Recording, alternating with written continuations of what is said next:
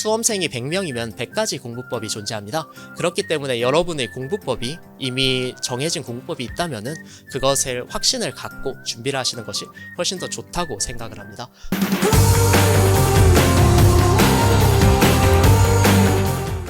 예, 이제 두 번째 발표자를 소개하겠는데요. 이분은 인강수강생이었습니다. 그래서 저도 얼굴 처음 보고 우리 이분은 실강이라서 그냥 열심히 했기 때문에 딱 낯이 익는데 낯선 얼굴이죠. 예, 마치 앞에서 이제 제 강의를 다 들었기 때문에 제 강의 찬양론처럼 느껴질 수 있으니까.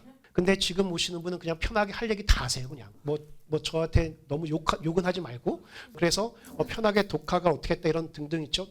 용어나든지 아니면 말하는 거에 대한 제한을 받지 마시고 편하게 그냥 하시면 될 것 같아요. 여러분들에게 도움 주는 게 목적이지 여기서 홍보하려고 하는 건 아니니까요. 그렇게 보시면 좋을 것 같습니다. 자, 그러면은 두 번째 분은 이빵성 씨 나올 때 박수 한번 주시죠.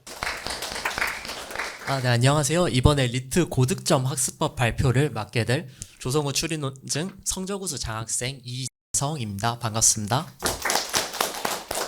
우선 시작하기에 앞서가지고 간단하게 설명을 한번 해보겠습니다. 제가 리트 추리논증 그리고 리트 교수 이 학습법에 대한 발표를 하게 됐을 때 제가 과연 잘할 수 있는지, 그리고 제 이 학습법들이 과연 다른 분들께 도움이 될지, 이것에 대한 굉장한 많은 고민들이 있었습니다. 제가 리트 시험을 준비하기 이전에는 공인회계사 시험도 준비를 했었고, 그 시험을 3년간 준비를 하면서, 그리고 그 시험에 합격한 이후에 합격 수기를 적으면서, 그리고 이번 리트 합격 수기를 적으면서 두 번의 합격 수기를 적는 동안 다른 많은 분들의 합격 수기를 본 적이 있었습니다. 그리고 제가 그 합격 수기를 다양하게 비교 검토를 하면서 느꼈던 점은 사람들이 정말 공부법이 매우 다양합니다.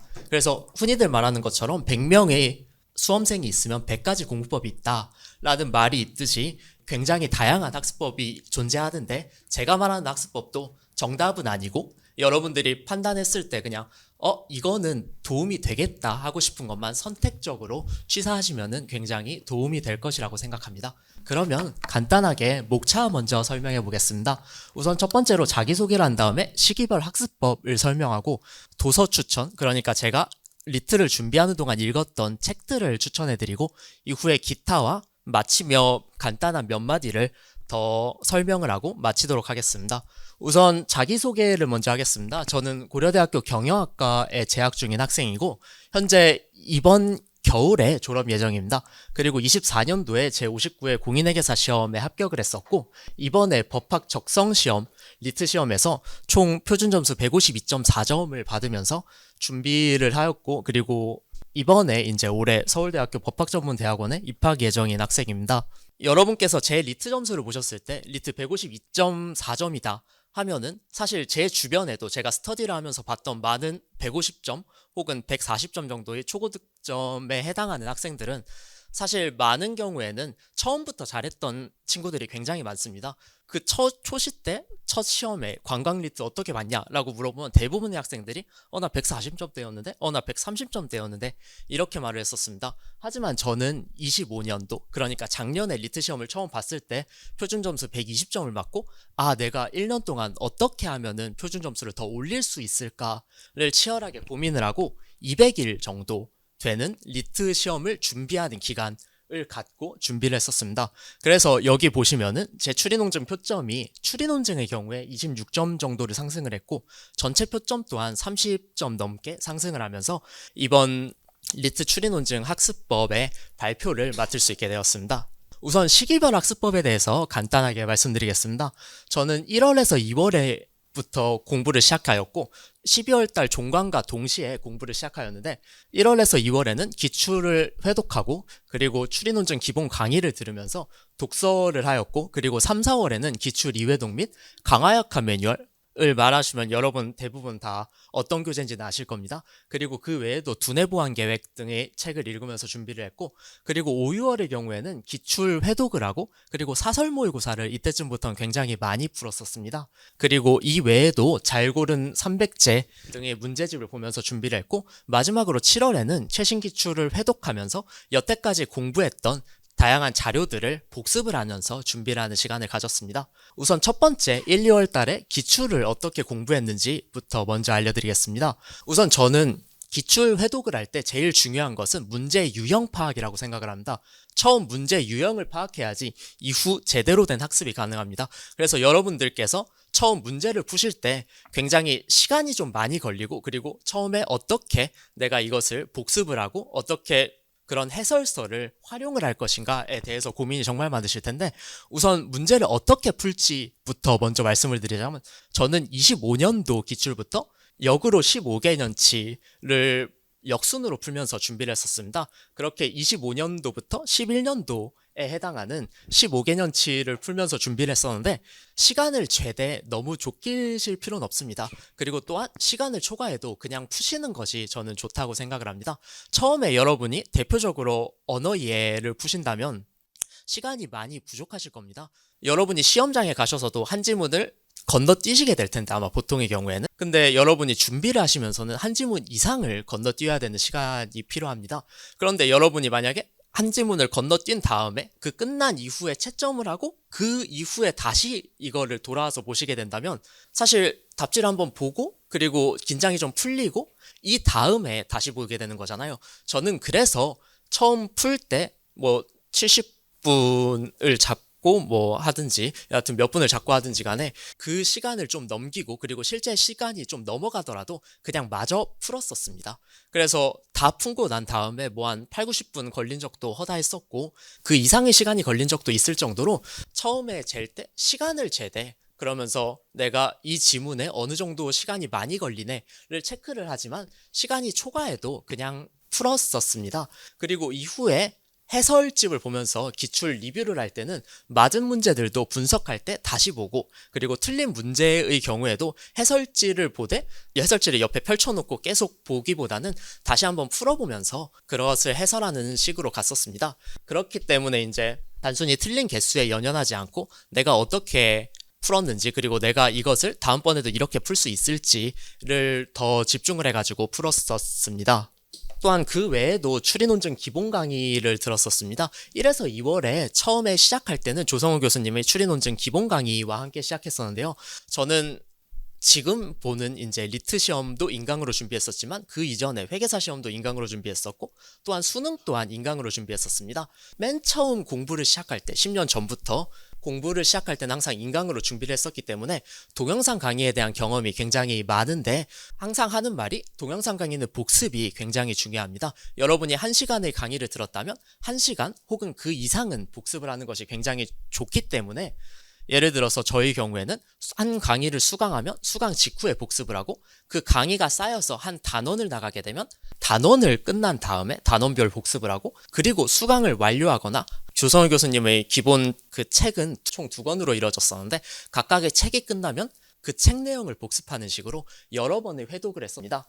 또한 그 이후에 제가 3, 4월 혹은 5, 6월에도 리트를 준비를 하다가 모르는 것이 나오거나, 혹은 내가 예전에 들었던 그 강의 내용이 전혀 지금은 기억이 안 남는 것 같다 하면 그때 다시 책을 펼치면서 복습을 하는 식으로 여러 번 복습을 했었습니다. 또한 조성호 교수님께서 추가 자료로 나눠주시는 문제나 아니면 읽을 거리 등이 굉장히 많은데, 이런 내용들을 프린트해가지고 잘 보고, 또한 나눠주시는 읽을 거리 중에는 과학 기술에 대한 지문이나 혹은 다양한 각종 상식들에 대한 제시문들이 굉장히 많기 때문에 이런 제시문들을 프린트해서 잘 읽고 푸는 시간을 가졌었습니다. 또한 시기별 학습법에서 다음 시기인 3, 4월로 넘어가 보도록 하겠습니다. 3, 4월에는 저는 기출 2회독을 하였고, 또한 강화약화 매뉴얼 및 두뇌 보완계획 100제를 풀었었습니다. 우선 먼저 몇 가지 팁을 드리자면, 스터디에 대해서 굉장히 말이 많을 겁니다. 그리고 여러분들 중에서 스터디를 하고 계신 분들도 있을 테고, 그리고 스터디를 안 하고 있지만 내가 스터디를 하고 싶다 혹은 해야겠다 라고 생각하시는 분들도 굉장히 많을 겁니다. 그런데 이것들은 사실 전적으로 선택의 영역에 해당합니다. 그래서 여러분이 스터디가 필요하다라고 싶으면 하시되, 필요하지 않다라고 생각하시면 여러분의 방식이 맞습니다. 그러면은 내가 굳이 해야 될 필요 없다 하시면 안 하셔도 전혀 문제는 없습니다. 제 경우에는 이번 리트 시험에서는 스터디를 활용하지 않았었습니다. 저는 그 이전에 수험 경험들을 통해서 이미 3년 이상 공부를 해본 적이 있었고 그 과정에서 제 스스로 문제를 푸는 능력이나 혹은 시간에 맞춰서 공부하는 법 혹은 나만의 멘탈 관리 방법이나 혹은 다양한 학습법 등이 이미 어느 정도 정립이 된 상태였었기 때문에 제 학습법 혹은 제 멘탈 관리나 시간 관리 등을 굳이 바꿀 생각이 없어가지고 스터디를 활용하지 않았었습니다.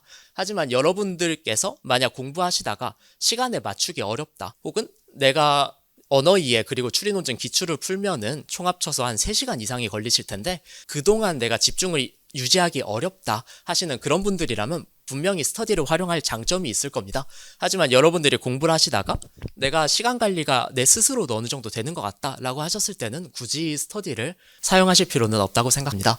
또한 그 외에도 저는 열품타라고 열정을 품은 타이머라는 어플 아마 사용해 보시는 분들도 많이 계실 거고 안 사용하시는 분들도 많이 계실 겁니다. 그런데 저는 열품타 어플을 사용하면서 시간을 체크하고 그리고 핸드폰으로 딴짓을 안 하는지를 기록하고 내가 어떤 과목을 몇 시간 정도 그래서 일주일에 몇 시간을 공부하는지 등을 기록하는 데 사용을 했었습니다. 열품타 톡방을 만들어가지고 흔히 열품타 그룹방 같은 게 있습니다.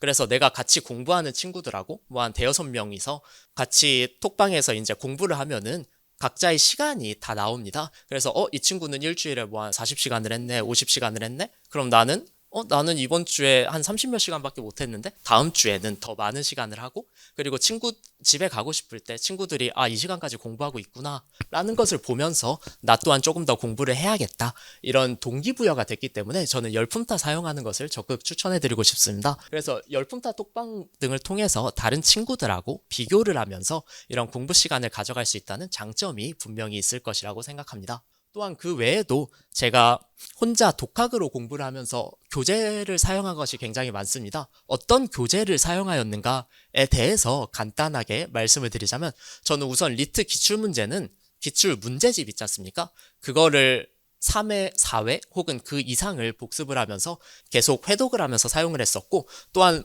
맨 처음 공부를 시작하기 전에 법전협 해설서라는 것이 존재합니다.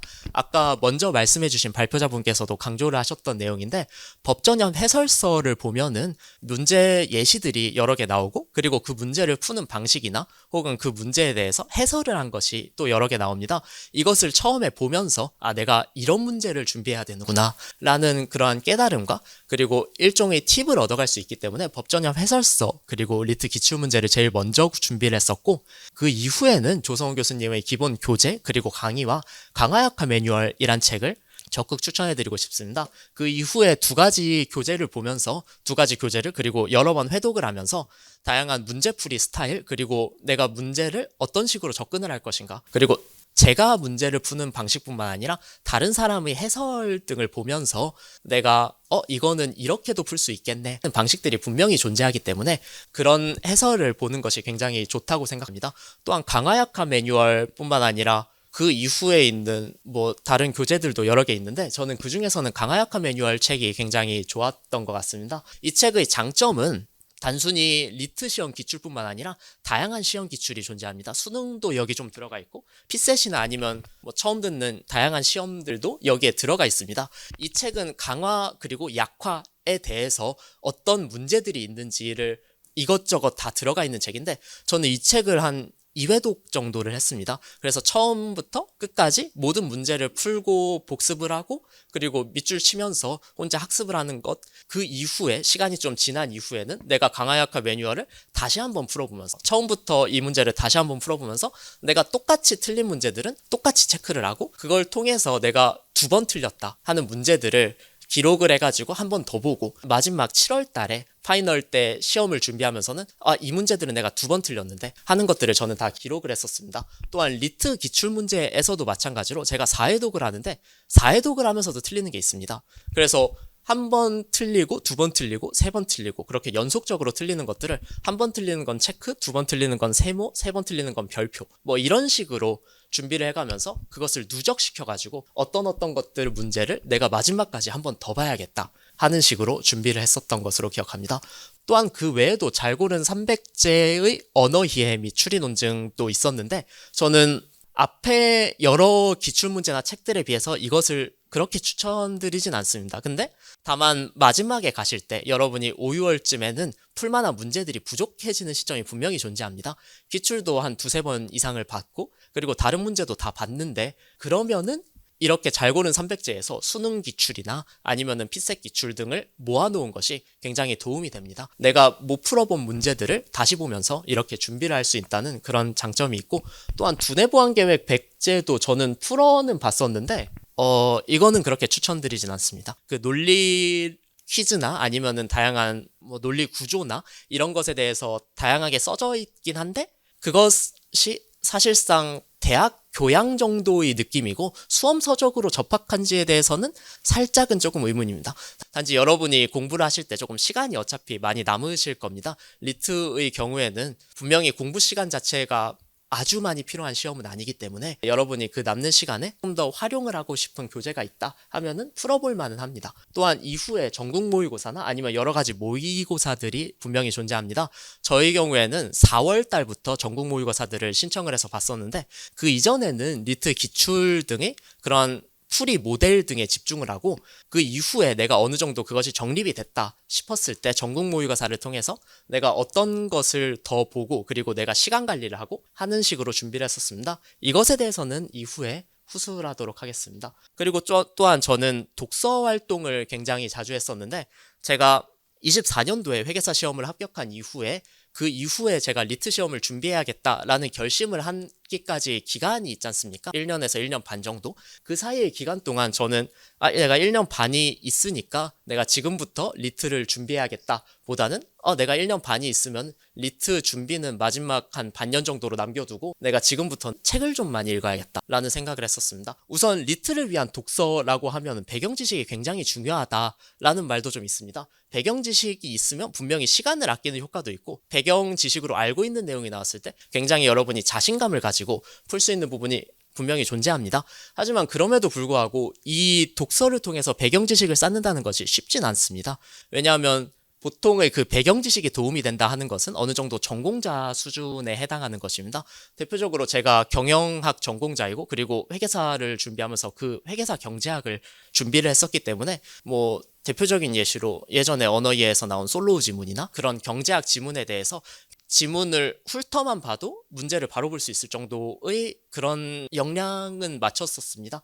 하지만 그럼에도 불구하고 제가 아무리 책을 읽는다고 해도 뭐 과학이나 철학 이쪽에 대해서는 그런 배경 지식을 갖추는 것이 어렵습니다. 시간이 굉장히 오래 걸리기 때문입니다.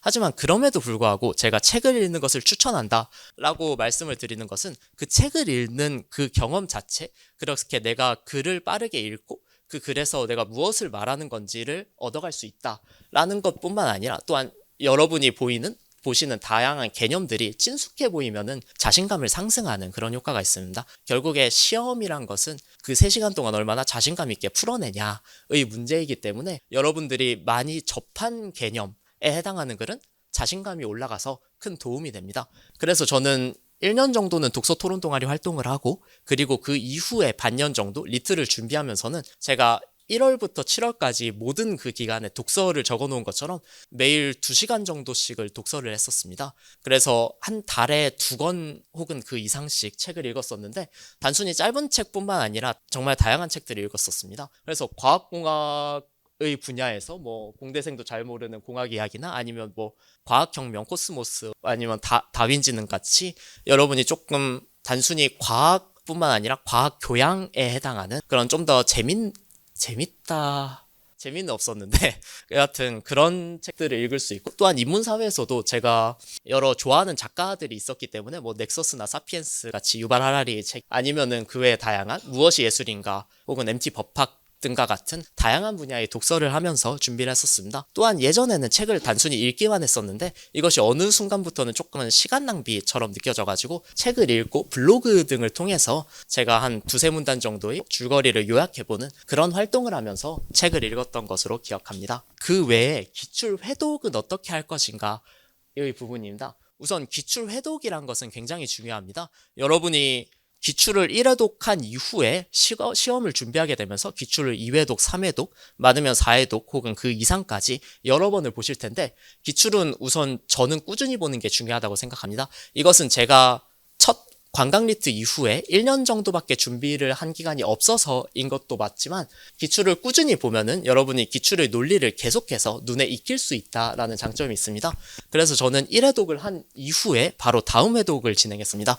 그래서 회독을 하면서 꾸준히 책을 보고 그리고 그 책의 해설서도 보고 그리고 내가 아는 문제가 나오더라도 이것이 1, 2, 3, 4, 5번의 보기 자체를 한 번 더 OX를 풀어보면서 여러 번 그것을 봤었습니다. 또한 회독을 하게 되면은 시간이 굉장히 남습니다. 처음에 여러분이 뭐 추리 논증 같은 경우에 한 120분을 걸려서 한 번에 1회독을 했었다면은 그 이후에 2회독, 3회독을 할 때는 사실 90분 아니면 100분이면은 한 회독이 끝납니다.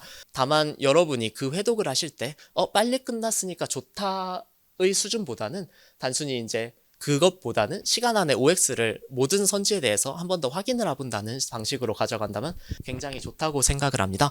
또한 저는 1회독을 할 때 시간이 굉장히 오래 걸렸었는데 그렇기 때문에 어떤 분들은 하루에 언어 이해랑 추리 논증을 모두 다 풀었다 하시는 제 친구들도 굉장히 많았었습니다만 저의 경우에는 언어 이해를 하고 이거를 내가 해설까지 하니까 뭐 한 3-4시간이 지나 있다. 그러면은 오늘은 언어 이해밖에 못 하겠네. 추리 논증은 내일 봐야지. 이런 식으로 그것을 되게 유연하게 가져가면서 회독을 했던 것으로 기억합니다.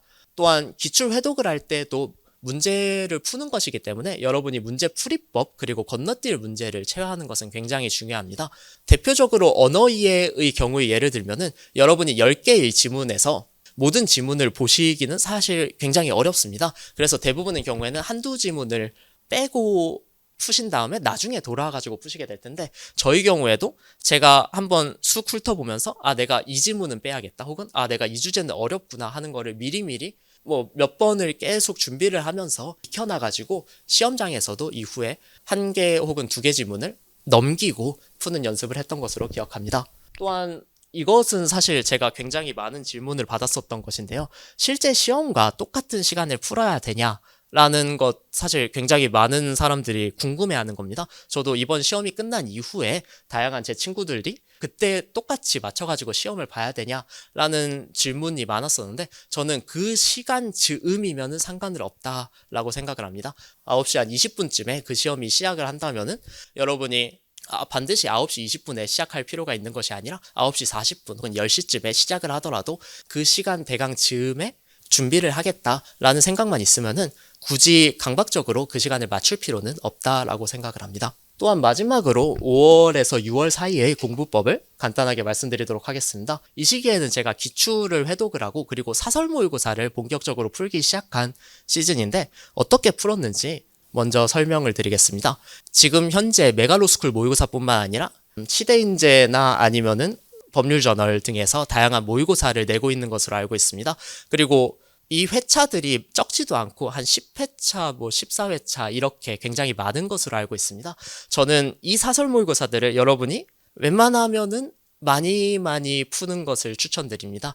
제가 5, 6월에 공부 시간을 어떻게 가져갔냐면 일주일에 제가 6일 정도를 공부를 했었습니다. 월, 화, 수, 목, 금, 토를 공부할 때 사설 모의고사를 3일을 풀고 3일 정도는 기출을 보는 그런 식으로 준비를 했었습니다. 그래서 흔히들 말하는 양치기로 공부를 했었는데 사설 모의고사라 하면은 전국 모의고사도 분명히 존재하고 그리고 전국 모의고사 이외에도 다양한 여기저기서 나오는 모의고사들이 존재합니다.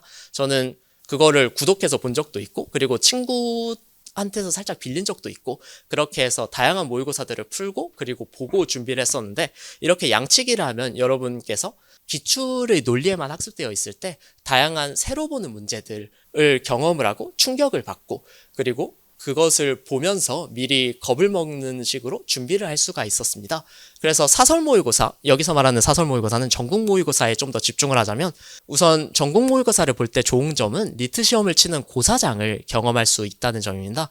저는 용산중학교에서 리트 시험을 봤었습니다. 그런데 리트 시험을 보는 그 리트 고사장이 용산중학교라는 그 고사장이 메갈로스쿨 모의고사에 존재합니다. 그 시험장으로 협약인지 여하튼 계약이 돼 있더라고요. 그래서 저는 그 리트를 신청을 할 때 나는 용산중 가서 시험을 봐야겠다로 계속 신청을 하면서 메가로스쿨 사설 모의고사를 볼 때도 항상 용산중으로 신청을 해서 봤었습니다. 그렇게 가서 보면은 확실히 책상이나 아니면 교실 배치 그리고 화장실이나 아니면 주변 환경 등도 분명히 볼 수가 있는데 그것을 여러 번 보면은 익숙해집니다. 여러분이 사설 모의고사를 볼 때 그리고 이후에 리트 본 시험을 볼 때는 내가 사설 모의고사에 봤던 것과 같은 공간이구나 라는 것을 깨달으면은 여러분이 훨씬 더 마음이 평안해지는 효과가 있기 때문에 그런 점이 굉장히 중요하다라고 생각을 합니다. 또한 시험 루틴 만들기도 굉장히 중요합니다. 기상 시간을 일정 시간으로 고정을 시키고 또한 시험을 볼 때 아침 메뉴는 뭐 먹을지 저 같은 경우는 속이 조금 안 좋아가지고 항상 죽을 먹고 시작을 했었습니다. 또한 커피는 마실지 그리고 화장실은 어떻게 할지 간식은 먹을지 등을 항상 고민을 하면서 여러분이 시험 전에 내가 어떻게 이번 시험을 준비해야겠다는 머릿속에 그 이미지 트레이닝이 되면은 확실히 긍정적인 효과가 있다고 생각합니다. 저 같은 경우에도 점심을 죽으로 먹고 아침도 죽으로 먹고 점심도 죽으로 먹고 그리고 쉬는 시간에 간단한 초코바나 이런 거를 섭취를 하면서 준비를 했었습니다. 또한 시험 운영 전략 수립 같은 경우는 다양한 문제풀이 순서 시도라고 적혀 있는데 앞서 발표자분께서 말씀해 주셨던 것과 같이 내가 어떤 식으로 시험을 준비할 것이냐 내가 어떤 문제를 먼저 풀 것이냐 그런 식으로 준비하시면 됩니다. 참고로 제가 언어이해는 아까 한 지문 정도는 건너뛴다 라고 말씀을 해주셨었는데 저는 언어이해를 한 지문을 건너뛸 때 그 한 지문을 이제 마지막에 시간이 조금은 남지 않습니까? 그러면 그 한 지문에 세 문제가 존재한다면 그 세 문제에 각각의 시간을 조금씩 쏟는 것이 아니라 한 문제만 제대로 풀고 두 문제는 그 시험 전부터 살짝 내가 오늘은 3번으로 밀어야지 라는 생각을 하고 갑니다. 그래서 여러분이 시간 낭비를 하면서 내가 어떤 번호로 찍을지를 고민하기보다는 그냥 빠르게 한 1초 만에 바로 OMR을 보고 3번으로 밀든지 4번으로 밀든지 이런 식으로 준비를 했던 것 같습니다. 추리논증의 경우에도 저는 1번부터 40번까지 그냥 순서대로 풀면서 한 3개 정도를 건너뛰었었습니다. 문제가 제대로 안 풀리는 것을 3개를 건너뛴다고 하면 보통 법률에서 하나 건너뛰고 그리고 과학에서 하나 건너뛰고 그리고 논리 퀴즈에서 하나를 건너뛰게 되더라고요. 저는 이런 식으로 건너뛴 문제들을 나중에 돌아와가지고는 시간이 제일 적게 걸리는 순으로 풀었었습니다.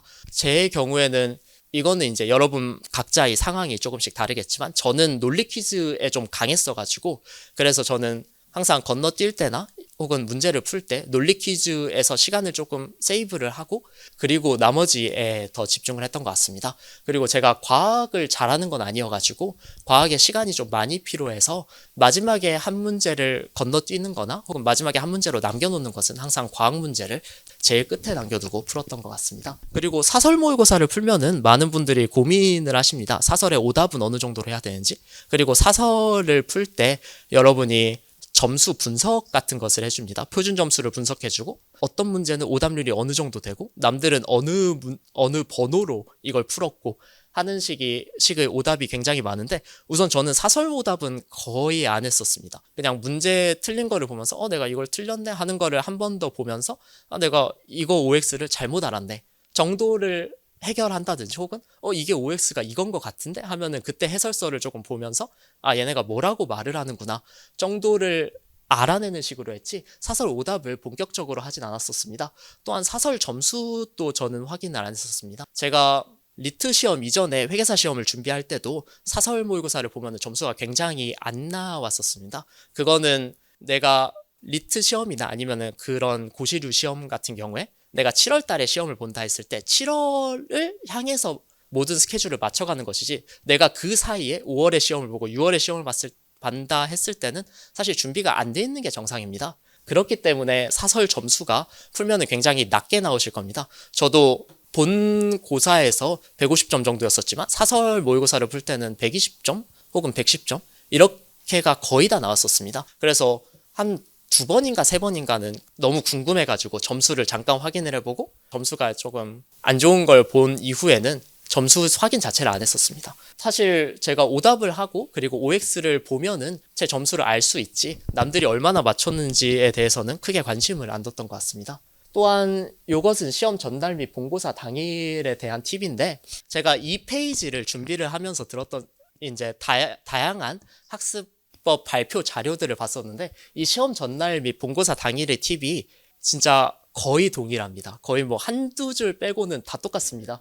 그래서 전날 최종 점검을 해라. 많은 것을 하려고 하지 말고 일찍 자라. 그리고 일찍 잠을 들러가면은 그 바로 못 자는 경우도 굉장히 잦습니다. 저도 한 12시 넘어서 잤던 것 같은데 잠들기 전까지 폰을 보지 않으면은 잠을 바로 못 들더라도 그거 자체가 충분한 휴식이니까 충분히 누워가지고 그냥 명상을 하든지 잠을 자려고 해라. 그리고 본고사 때도 긴장해도 괜찮고, 그리고 뭐 나한테 어려우면 다른 사람들한테도 어렵고, 그리고 언어 이해를 봤다면은 그것이 추리 논증에 영향을 주지 않도록 해라. 이런 팁들이 굉장히 많습니다. 저 또한 본고사를 봤을 때 언어 이해 그리고 추리 논증을 끝난 다음에 밥을 먹으면서 내가 이 시험 망한 것 같은데 그냥 나갈까라는 생각을 굉장히 많이 했었습니다. 왜냐하면은 시험 결과를 사실 아는 게 불가능합니다. 여러분이 특히나 객관식 같은 시험에서 내가 얼마나 잘 풀었는지를 아는 것은 사실 불가능하기 때문에 끝났을 때 그냥 마지막까지 완주한다라는 개념으로 한번 보시면은 좋을 것 같습니다. 그리고 이것은 제 시간표인데 시간표는 사람들마다 굉장히 다릅니다. 저희 경우에는 뭐 아침에 운동하고 기출 풀고 밥 먹고 다시 뭐 공부를 쭉 하다가 저녁 먹고부터는 한 2시간 정도 독서를 하고 잠을 잤었는데, 이 운동을 하는 시간도 사실 사람들마다 굉장히 다릅니다. 9시 같은 아침 때는 기출을 풀어야 되는 시간인데 이 시간에 공부를 하고 이후에 운동을 하는 것이 맞지 않냐라는 질문도 가끔 있었는데, 근데 그거는 사실 사람마다 다릅니다. 저는 저녁 때 제가 다니던 헬스장에 사람이 너무 많아가지고 항상 아침에 운동을 하고 좀 상쾌한 마음으로 하루를 시작했던 것 같습니다. 여러분의 경우에도 각자의 루틴이 있다면 그 루틴에 맞춰가지고 준비를 하시면 될 것 같습니다. 이렇게 세워 공부를 했을 때 저는 열품타 시간으로 주에 한 4-50시간 정도가 나왔었는데 되게 다양한 분들이 각자의 시간에 맞춰가지고 공부를 충분히 하시면 될 것 같습니다. 그리고 마지막으로 이제 기타 사항으로는 언어 추리 비중은 사실 언어보다는 추리가 점수를 올리기가 훨씬 쉽습니다. 언어 이해 같은 경우는 여러분이 뭐 고등학교 혹은 그 이전부터 읽어왔던 책들과 그리고 여러분의 독서 습관이 언어 이해 점수를 상당히 많이 결정하기 때문에 이것을 올리는 것은 쉽지가 않고 여러분이 시험에 익숙해지는 것이 제일 중요한 반면에 추리 논증의 경우에는 여러분이 학습을 하면서 논증 그리고 추리와 관련된 다양한 기본 개념을 얼마나 학습을 하고 그리고 이것을 얼마나 문제에 풀어낼 수 있냐에 따라서 시험 점수가 굉장히 바뀝니다. 그래서 제가 추리 논증의 경우에 거의 한 30점 정도의 점수를 올렸던 것과 같이 여러분이 추리 논증을 충분히 학습을 하면서 다양한 점수를 올릴 수 있다고 생각을 합니다. 또한 영어의 경우에는 흔히들 말하는 토익이나 아니면 탭스 같은 경우에는 리트 후에 좀 임박해서 준비하다가는 시간이 없고 점수가 안 나올 수도 있기 때문에 미리미리 겨울부터 좀 준비를 하는 것을 저도 추천합니다. 또한 논술의 경우에는 크게 중요한 시험은 아니기 때문에 여러분이 시험 전주나 아니면 시험 전달 정도에 한두 번 정도의 논술 기출을 풀어보면서 이런 것이 나왔구나 하는 문장 부호 정도 학습하고 들어가시는 것이 좋다고 생각합니다. 그리고 마지막으로 마치면서 말씀드리고 싶은 것은 처음에도 말씀드렸던 것 같이 수험생이 100명이면 100가지 공부법이 존재합니다. 그렇기 때문에 여러분의 공부법이 이미 정해진 공부법이 있다면은 그것을 확신을 갖고 준비를 하시는 것이 훨씬 더 좋다고 생각을 합니다. 또한 본인이 잘하고 있는지 이것을 판단해 달라 혹은 내가 잘하고 있는 건가 라고 물어보시는 분들이 굉장히 많으신데 사실 본인이 잘하고 있는지 남들이 알려주는 것은 불가능합니다. 그렇기 때문에 여러분들이 공부를 하실 때 본인에 대한 조금 더 확신을 가지고 내가 열심히 하니까 이 정도면 잘하겠지 하는 식으로 200일 아니면 100일 혹은 1년을 이끌어 나가시는 것이 중요하다고 생각합니다. 이상으로 마치겠습니다. 예, 양질의 콘텐츠를 잘 말씀해 주셨는데 이분 같은 경우 들어보시면 제가 간단하게 정리하면은 이분은 자신만의 합격 공부법이 딱 정해져 있지요. 그래서 CPA 한 3년 공부하시면서 또 합격하면서 경험했던 거, 자기의 맞춤식 공부 방법이 딱 있는 거예요. 그 안에서 보면 반복 메커니즘이 굉장히 잘 정립돼 있죠. 반복이란 건 굉장히 중요한 기제다. 이렇게 보셔도 되고, 그리고 보면서 독서도 굉장히 많이 하셨죠. 그래서 실제로 독서 병행하는 게 좋은데 쉽지 않기 때문에 못하는 거죠. 이렇게 보시면 좋을 것 같고요.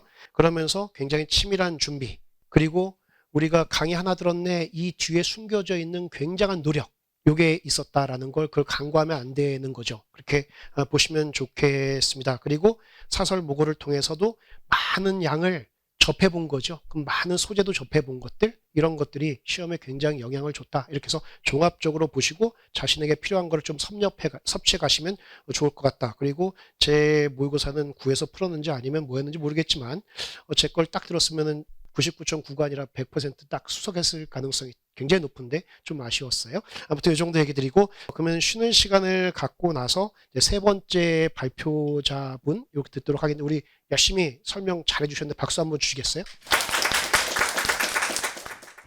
내가 지금 슬럼프에 왔지만 이걸 극복하고 나면 다시 상승세에 오를 수 있다라는 그 추적 조사를 계속할 수 있어서 스스로에 대한 신뢰감을 어떻게 보면 시험 때까지 계속해서 유지하는 게 멘탈 관리에 큰 도움이 되었던 것 같습니다.